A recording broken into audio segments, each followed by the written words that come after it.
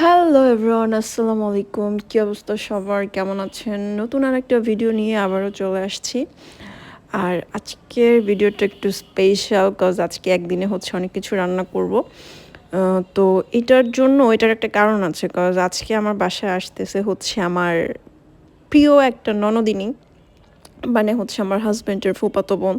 So ওই জন্য আমি হচ্ছে জাস্ট আমার যতটুকু সামর্থ্য ছিল, অ্যাবিলিটি ছিল, ওইটুকু আর কি চেষ্টা করলাম ওর জন্য।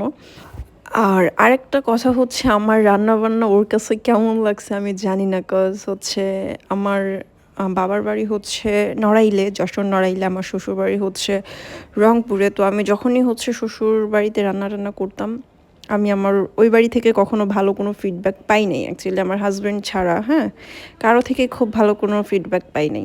এটা আসলে নর্মাল, কজ এক এক দেশের এক এক জেলার রান্নাবান্না এক এক রকম হবে, একটু ভিন্ন থাকবে, ইটস নর্মাল। বাট মানুষকে সাপোর্ট করতে হয়। হ্যাঁ, আর আরেকটা কথা হচ্ছে যে অনেক ক্ষেত্রে এরকম হয় যে আপনাদের জেলার রান্না একরকম আমি খেতে পারতেছি না, আমাদের ওই দিককার রান্না একরকম আপনারা খেতে পারতেছেন না। এটা পুরোপুরি নর্মাল, এখানে এত অ্যাগ্রেসিভ হওয়ার কিছু নাই। অনেক শ্বশুরবাড়ির লোকজন দেখা যায়, আমি আমারটা বলতেছি না, অনেক ফ্যামিলিতে আছে দেখা যায় যে রান্নাবান্না খারাপ হইলে খাইতে চায় না, অপমান করে, এটা বলে সেটা বলে। এগুলো আসলে ঠিক না। মানুষজন ধীরে ধীরে ঠিক হবে। হ্যাঁ, কারো রান্না ভালো না লাগলে আপনি খাবেন না, বাট বদনাম করা যাবে না, এটা একদমই ঠিক না।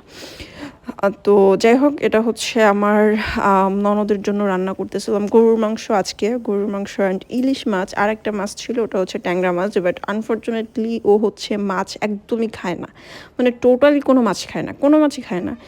তো তারপরে হচ্ছে আমি গরুর মাংসটা রান্না করলাম, আর এদিকে হচ্ছে ইলিশ মাছটা রান্না করলাম, যেহেতু ইলিশ মাছ সবাই খায়।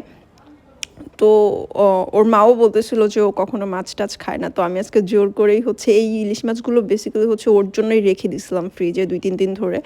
হ্যাঁ, তো আজকে আসার পরে হচ্ছে রান্না করলাম। তো এখানে হচ্ছে ইলিশ মাছ, আলু আর হচ্ছে পটল দিয়ে একটা পাতলা ঝোল রান্না করছিলাম। অ্যান্ড ও খাবে কি না জানি না, এই জন্য হচ্ছে গিয়ে আমি নিজের হাতে জোর করে ওকে খাওয়াই দিছি। খাওয়া দাওয়ার পরে হচ্ছে বিকালের দিকে একটা পিঠা বানাচ্ছিলাম। এই পিঠাটা হচ্ছে আমাদের নড়াইল, যশোর, আমাদের ওই দক্ষিণবঙ্গের দিকে অনেক পপুলার, অনেক ফেমাস একটা পিঠা। আর আমার হচ্ছে পার্সোনালি পিঠাটা অনেক পছন্দের, অনেক ভাল লাগে। হ্যাঁ, এটাকে পুলি পিঠা বলে সম্ভবত। তো এইখানে হচ্ছে আমি নারকেল নিছি, নারকেলের মধ্যে হচ্ছে চিনি দিছি, আর হালকা একটু ভাজা জিরার গুঁড়ো দিছি, জাস্ট স্মেলের জন্য। অনেক সুন্দর একটা ঘ্রাণ হয়, ওই জন্য হচ্ছে জিরার গুঁড়োটা দেওয়া। তো অনেকে আছে হচ্ছে এই, মানে যে পুরটা বলা হয় নারকেলের, এটা অনেকে হচ্ছে ভেজে নেয়, আমি কাঁচাই দিছি, কাঁচা দিলে আরও বেশি ভালো লাগে আমার কাছে। হ্যাঁ, তো এখানে প্রায় আমি 43-44টার মতো হচ্ছে পিঠা বানাইছিলাম। তো যাই হোক, আমার সবগুলা পিঠা হচ্ছে বানানো শেষ, আর এখন হচ্ছে পিঠাগুলা ভেজে নিতে হবে। এই পিঠাটা আসলে অনেক বেশি মজার, আমার হাতের বানানো হচ্ছে সব পিঠার মধ্যে থেকে এই পিঠাটা আমার কাছে বেস্ট লাগে, এই পিঠাটা আর হচ্ছে ভাপা পিঠাটা। হ্যাঁ, তো এখন এই পিঠাটা বানাতে গেলে আহামরি তেমন কিছু লাগে না, জাস্ট ময়দা লাগবে। ময়দাটা হচ্ছে যেমন আমরা যেভাবে আটা বানাই ওইভাবে গরম পানি করে হালকা হচ্ছে একটু গুলে নিতে হবে। তারপরে হচ্ছে রুটি বেলার মতো করে রুটি বেলে তারপরে হচ্ছে কাটতে হবে আর কি, যেভাবে আমি দেখাই দিলাম ওইভাবেই হচ্ছে প্রসেসিং করতে হবে।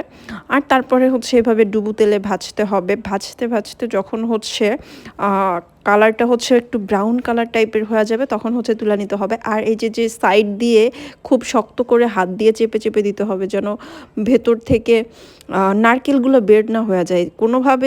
আপনি যদি মানে এটা ভালো মতো না লাগান আর যদি তেলের মধ্যে ওগুলো বের হয়ে যায়, তাহলে পুরো তেলটাই নষ্ট হয়ে যাবে, আপনি ওই তেলে আর ভাজতেই পারবেন না। সো এই কাজটা একটু কেয়ারফুলি করতে হয়। যাই হোক, আমার পিঠা অলমোস্ট হচ্ছে সব ভাজা শেষ। এখানে দেখেন কত সুন্দর একটা কালার আসছে। আর এখানে পিঠাটার মধ্যে অনেকে হচ্ছে ফুড কালার ইউজ করে। হ্যাঁ, ফুড কালার দেয়, মানে একটু ইয়েলো ইয়েলো কালার টাইপের হবার জন্য। তো ইয়েলো কালার হলে একটু দেখতে সুন্দর লাগে, আদারওয়াইজ হচ্ছে একদম পুরো সাদা থাকে। তো এইখানে আমার ফুড কালার ছিল না বিধায় আমি হলুদ ইউজ করছি। ওর জন্য হচ্ছে আর একটা জিনিস রান্না করছিলাম, সেমাই রান্না করছিলাম, যেটা কিনা ওকে আমার দিতে মনে নাই, আর ও খায়ও নাই, না খেয়েই চলে গেছে। যাই হোক, এই ছিল আজকের ভিডিও। ভালো থাকেন সবাই, আল্লাহ হাফেজ, টাটা।